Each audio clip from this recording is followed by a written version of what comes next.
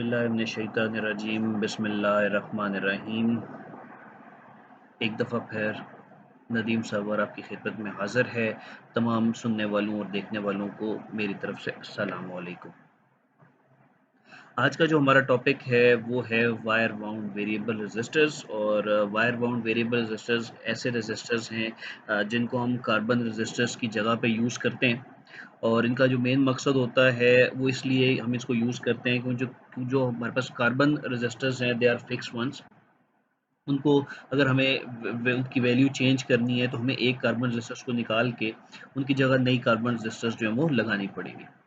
But अगर हम wire bound variable resistors use करते हैं तो क्योंकि इनके नाम में भी आपको नज़र आ रहा है कि वेरिएबल लिखा हुआ है, दैट मीन कि हम इजीली विदाउट एनी चेंजिंग जो है हम इनकी वैल्यू चेंज कर सकते हैं। सर्किट में रेजिस्टेंस की वैल्यू चेंज कर सकते हैं और उसके रिस्पेक्ट से जो हमारी कैलकुलेशंस हैं वो ईजी हो जाएंगी, टाइम कंज्यूमिंग नहीं रहेंगी। तो इनमें एक चीज़ तो ये है, एक फ़ायदा ये है हमारे पास। दूसरा इसका फ़ायदा ये है कि they are highly stable and their accuracy is also very high. ठीक है? तो हाईली स्टेबल हैं, हाई एक्यूरेसी है, इनकी आंसर्स बहुत एक्यूरेट देते हैं और इनको हमेशा से हम जो है यूटिलाइज़ करते हैं in the place of the carbon fibres, ये सॉरी कार्बन रेसिस्टर्स। अब इसको क्या किया जाता है कि हमारे पास जो है किसी भी इंसुलेटर मटेरियल को लेके उसके ऊपर वायर को जो है वो वाइंड कर दिया जाता है। और किस तरह से वाइंड किया जाता है उसकी एक एग्जांपल जो है वो हम आगे देखेंगे भी। और फिर उस वायर बाउंड को ये पूरे का पूरा वायर है उसको किसके ऊपर लगाया जाता है, एक इंसुलेटिंग मटेरियल के ऊपर जो है इनक्लोज्ड इन इंसुलेटिंग कवर। मींस कि उनको साइड से कवर, ऑब्वियसली क्योंकि हमने इसमें करंट मूव करना है, ये एक्स्ट्रा सी वोल्टेज मूव करना है, तो हम किसी भी चीज़ को जिसमें करंट या वोल्टेज उसको ओपन एज इट इज़ नहीं रख सकते ताकि कोई भी उससे करंट ना लग सके या कोई पर्सन उससे डैमेज ना हो। तो सबसे पहले हम क्या करते हैं, एक कोई भी इंसुलेटिंग मटेरियल लेते हैं, उसके ऊपर हम वायर को जो है वो वाइंड करते चले जाते हैं और फिर उस पूरे को साइड्स कवर करके तो हम जो है इंसुलेटिंग मटेरियल एक कवर और उसके ऊपर लगा देते हैं ताकि वो कंप्लीट हो जाए, हमारा जो प्रोसेस है वो रेडी हो जाए। और फिर इसको टर्मिनल्स और एक्सटर्नल वायर्स के थ्रू हम किसी भी सर्किट में लगा सकते हैं और फिर हम इसी तरह से सर्किट की वैल्यू को चेंज कर सकते हैं, कम ज़्यादा कर सकते हैं। बेस्ट एग्जांपल इसकी आपके पास जो है आपने घर पे फैन्स देखे होंगे। आप तो फैन्स के अलावा और भी बहुत सारी अप्लायंसेस आ गई हैं जिनमें डिफरेंट स्पीड्स गिवन है। तो उसमें क्या होता है कि आप जब फैन के रेगुलेटर को मूव करते हो तो बेसिकली आप kind of rheostat he use कर रहे होते हो या आप kind of wire bound variable resistor he use कर रहे होते हो। ठीक है? तो ये सारी चीज़ें जो हैं वो एक ही हैं और हम क्या करते हैं, हम जो उसको मूव करते हैं तो रेजिस्टेंस कम ज़्यादा करते हैं। रेजिस्टेंस ज़्यादा करते हैं तो फ़ैन की स्पीड स्लो हो जाती है और रेजिस्टेंस अगर हम कम कर देते हैं तो फ़ैन की स्पीड ज़्यादा हो जाती है। ठीक है? इसमें अब कौन-कौन सी चीज़ें यूटिलाइज़ होती हैं, उसमें आपके पास निकल है, क्रोमियम, निकल क्रोमियम है। उसके बाद आपके पास जो है हमें ये भी याद रखना है कि हमें वो चीज़ें यूज़ करनी है जिनका जो टेम्परेचर कोएफ़िशिएंट है वो बहुत कम हो ताकि वो उनकी रेजिस्टेंस जो है वो उसकी वजह से वो इंसुलेटर्स में ना चला जाए या वो इस तरह का मटेरियल ना हो। ठीक है? अब हमारे पास मेन चीज़ ये है कि हम यहाँ पे जो बात कर रहे हैं, जो कवर की बात कर रहे हैं या उसकी बात कर रहे हैं, इसलिए हम उसका स्मॉल टेम्परेचर कोएफ़िशिएंट यूज़ कर रहे हैं। अब इनको हम जो है ऐसी-ऐसी जगहों पे लगाते हैं जहाँ पे हम इनको सेफ़ली ऑपरेट कर सकते हैं, हाई टेम्परेचर्स पे। हाई टेम्परेचर पे भी ये जो है इस तरह की हम मेटल यूज़ करते हैं या वायर इस तरह की यूज़ करते हैं जिनका मेल्टिंग पॉइंट बहुत हाई होता है और वो आम सिंपल वैल्यूज़ पे जो है वो उसको कोई भी एक्स्ट्रा उसमें ना तो वैल्यू ऐड करती है और ना ही कोई एक्स्ट्रा वैल्यू उसमें डिक्रीज़ करती है। ठीक है?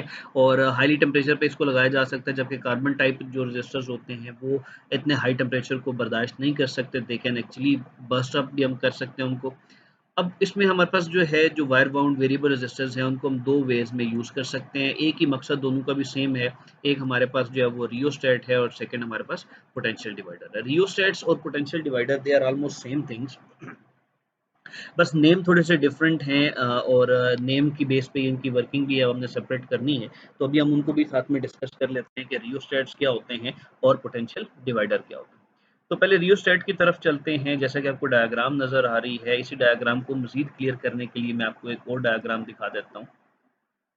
यहाँ पे अगर आप डायग्राम देखें तो इसमें आपके पास जो है लेट्स से अगर मैं यहाँ पे बात करूँ तो ये हमारे पास जो है वो पॉइंट ए गिवन है। यहाँ पे हम जो है वो इसको पॉइंट बी कंसीडर कर लेते हैं और यहाँ पे जो अपर आपके पास पोर्शन नज़र आ रहा है ये आपके पास एक पॉइंट सी है जिसको हम स्लाइडिंग कॉन्टैक्ट बोलते हैं। अब अगर आप देखें तो यहाँ पे ये जो ग्रीन कलर आपको नज़र आ रहा है, ग्रीन और ये हल्का सा व्हाइट जो हल्का नज़र आ रहा है, ये सारी की सारी वायर है, ठीक है? जो इस पूरे इंसुलेटर के ऊपर जो है उन्होंने इस तरह से इकट्ठी करके लगा दी, ठीक है? अब यहाँ पे हमारा क्या काम होता है कि हम एक एक्सटर्नल वायर जो है वो यहाँ पे कनेक्ट कर देते हैं और एक एक्सटर्नल वायर जो है वो यहाँ पे कनेक्ट कर देते हैं।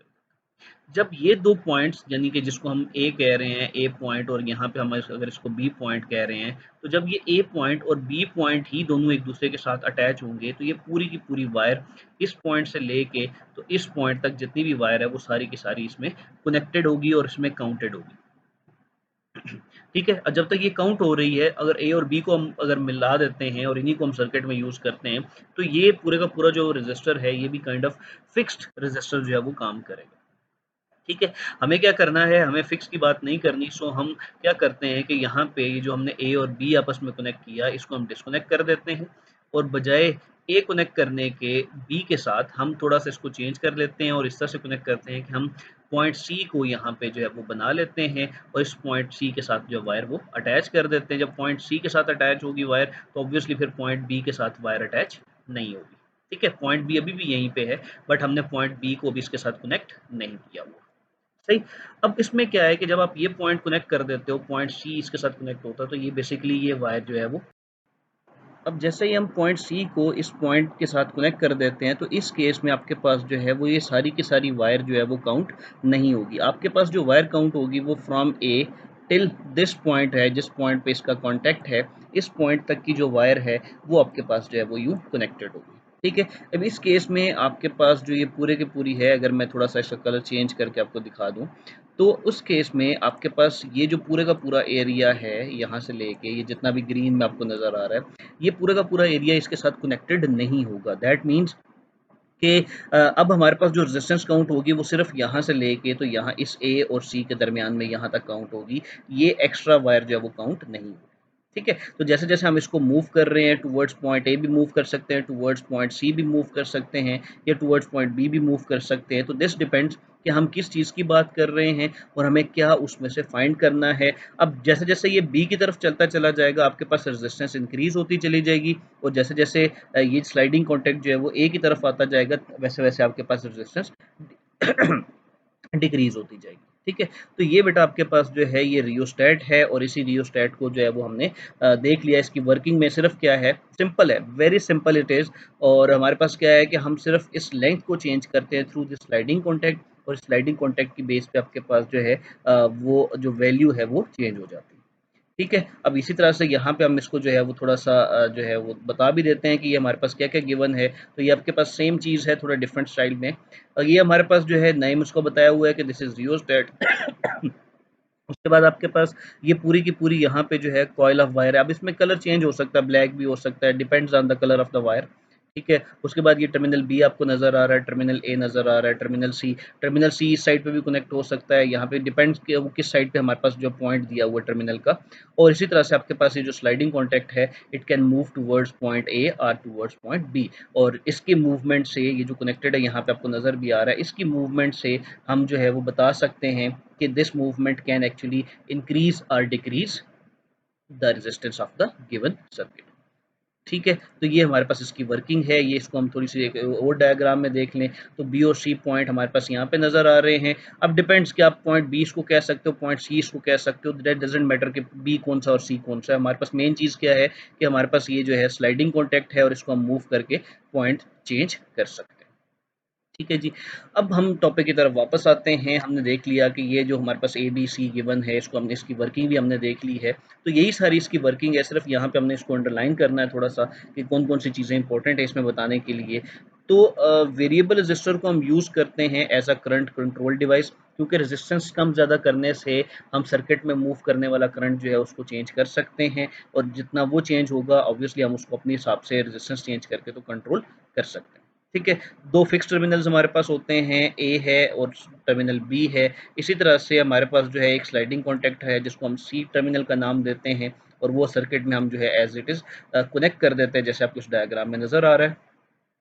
अब इसमें क्या है कि जो रेजिस्टेंस ऑफ द वायर है between point A and point C, क्योंकि हम बी इसलिए नहीं यूज़ कर रहे क्योंकि अगर बी यूज़ करेंगे तो ये फिक्स रेजिस्टेंस बन जाएगी। हमें फिक्स रेजिस्टेंस यूज़ नहीं करना, हमें क्या यूज़ करना है, वेरिएबल रेजिस्टर यूज़ करना है। सो हम पॉइंट ए और पॉइंट सी को जो है वो यहाँ पे यूटिलाइज करेंगे। ठीक हो गया। और अब स्लाइडिंग कॉन्टैक्ट जो है वो जितना पॉइंट ए से दूर चलता चला जाएगा उतनी आपके पास जो लेंथ है ऑफ द वायर वो इंक्रीज होती जाएगी और उतनी रेजिस्टेंस आपके पास इंक्रीज होती चली जाएगी। और जैसा जितना सी पॉइंट जो है वो ए की तरफ मूव करेगा उतनी लेंथ डिक्रीज होगी और रेजिस्टेंस भी डिक्रीज होगी। So if it is shifted away from A then the length and the resistance will be increase in the given circuit. ठीक है, ये तो हमारे पास हो गया रियोस्टेट। अब इसी का जो सेकंड पॉइंट था दैट इज पॉइंट बी। अब ये भी उसने बता दिया कि स्लाइडिंग कॉन्टैक्ट अगर हम दूर मूव करते हैं तो उसके साथ जो रेजिस्टेंस है वो भी डिक्रीज होगी। और ऑब्वियसली जो ये टूवर्ड्स ए है कि अगर हम उसकी तरफ जाते हैं तो रेजिस्टेंस डिक्रीज होगी क्योंकि लेंथ डिक्रीज हो रही है।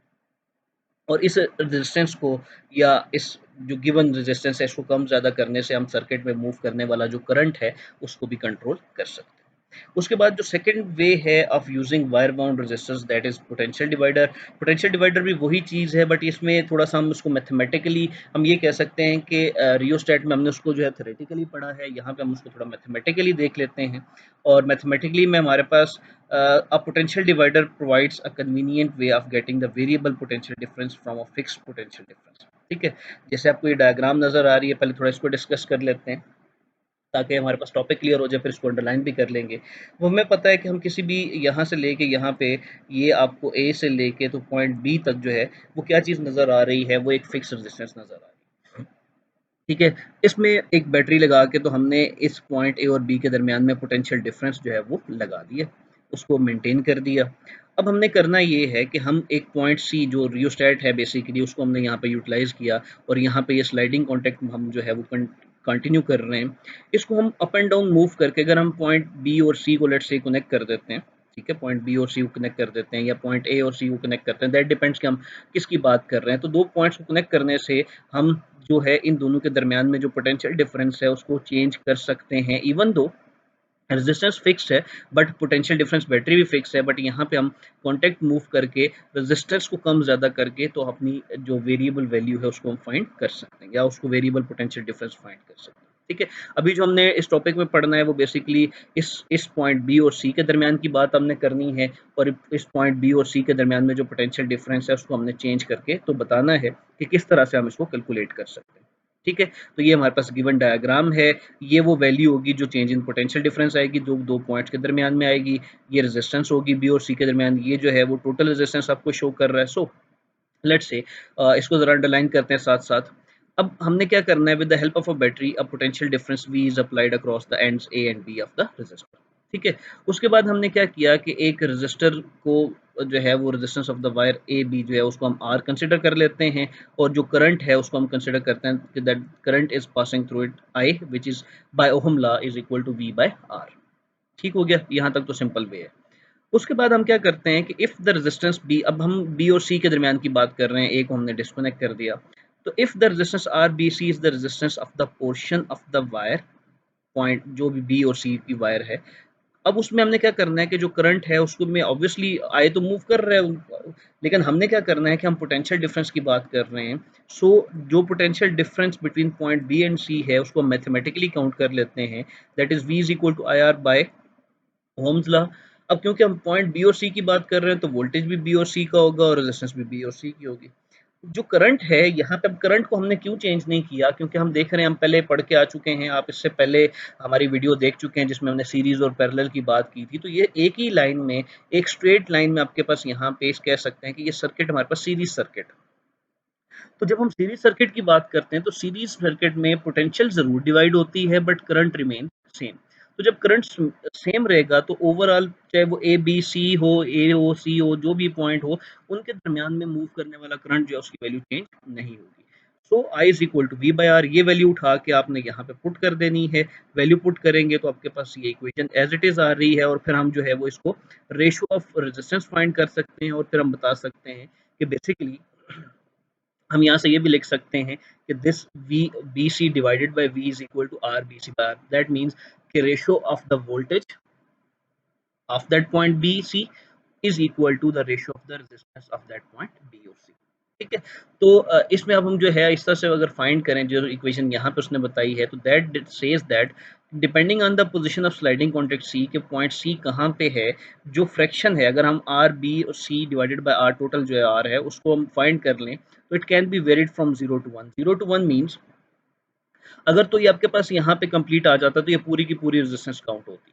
ठीक है? फिर जैसे-जैसे पॉइंट इस पॉइंट से मूव करता हुआ बी के करीब आता जा रहा है, वैसे-वैसे आपके पास जो डिफरेंस है, जो इस रेशियो में जो डिफरेंस है वो आता चला जाएगा।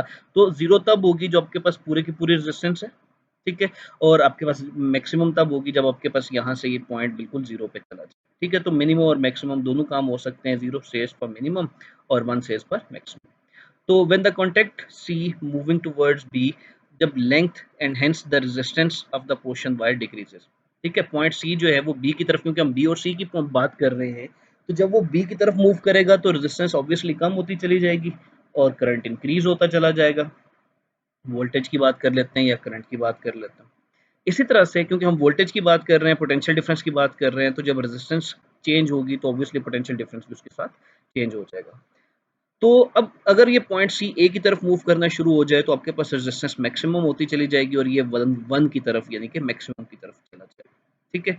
अब इसके साथ-साथ हमारे पास जो है सिर्फ लास्ट इस टॉपिक को हम खत्म करते हैं कि उसकी वजह से क्या होगा कि रेजिस्टेंस डिक्रीज़ होने से जो पोटेंशियल डिफरेंस है वो भी डिक्रीज़ हो जाएगा और ऑन द अदर हैंड जो है अगर हम उसको मूव टुवर्ड्स द एंड ए करते हैं तो लेंथ और रेजिस्टेंस जो है वो इंक्रीज़ हो जाएगी और जो वोल्टेज का हमारे पास जो पोटेंशियल डिफरेंस था वो भी इसके साथ-साथ इंक्रीज़ हो जाए।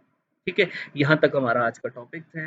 उम्मीद करते हैं कि आपको सारा टॉपिक समझ में आ गया होगा। अगर कोई चीज़ रह जाती है, कोई क्वेश्चन रह जाता है जो आपको अभी तक समझ नहीं आया तो आप लाज़मी नीचे कमेंट बॉक्स में उसको बता दें ताकि हम उन क्वेश्चन्स को जो है वो आंसर कर सकें मज़ीद अच्छे वे में, मज़ीद ईज़ी वे में करके आप उसको हम आप तक पहुँचा सकें। नेक्स्ट क्लास तक के लिए अल्लाह हाफ़िज़।